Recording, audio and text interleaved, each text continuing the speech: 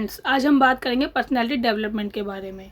Personality development क्या होता है? ये एक ऐसा तरीका है जिससे अगर आप अपनी पर्सनालिटी को डेवलप करना चाहते हो तो सबसे पहले आपको अपना नज़रिया देखना होगा। जैसे आपका नज़रिया होगा वैसे ही आप अपनी पर्सनालिटी को डेवलप कर पाएंगे।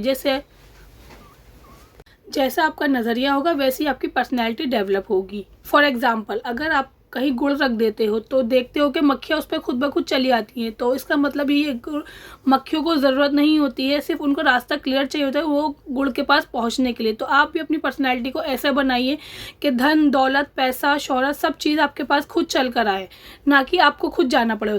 पर्सनैलिटी डेवलप होने से सब चीज़ें आपके पास खुद चल कर आती हैं, पैसा घर दौलत सब कुछ। पर्सनैलिटी डेवलप करने और सफलता मिलने में एक अंतर है नहीं।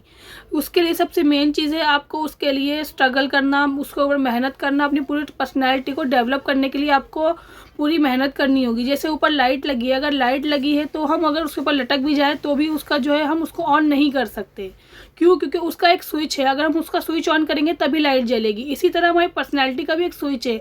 जब तक हम अपनी पर्सनैलिटी को डेवलप नहीं करेंगे तब तक हम कामयाब नहीं हो सकते, जब तक हमारे कामयाबी नहीं मिलेगी।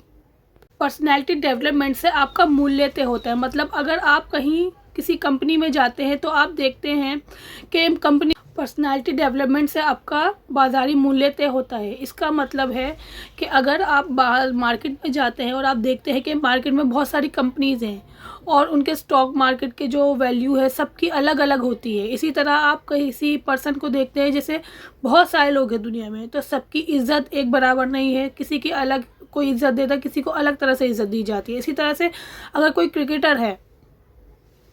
क्रिकेटर है और उसकी जैसे विराट कोहली है, सचिन तेंदुलकर है, तो सबकी जो परफॉर्मेंस है वो सबकी अलग अलग है। इसी तरह हर इंसान की जो वैल्यू है, जिसकी पर्सनैलिटी है वो सबकी अलग अलग है।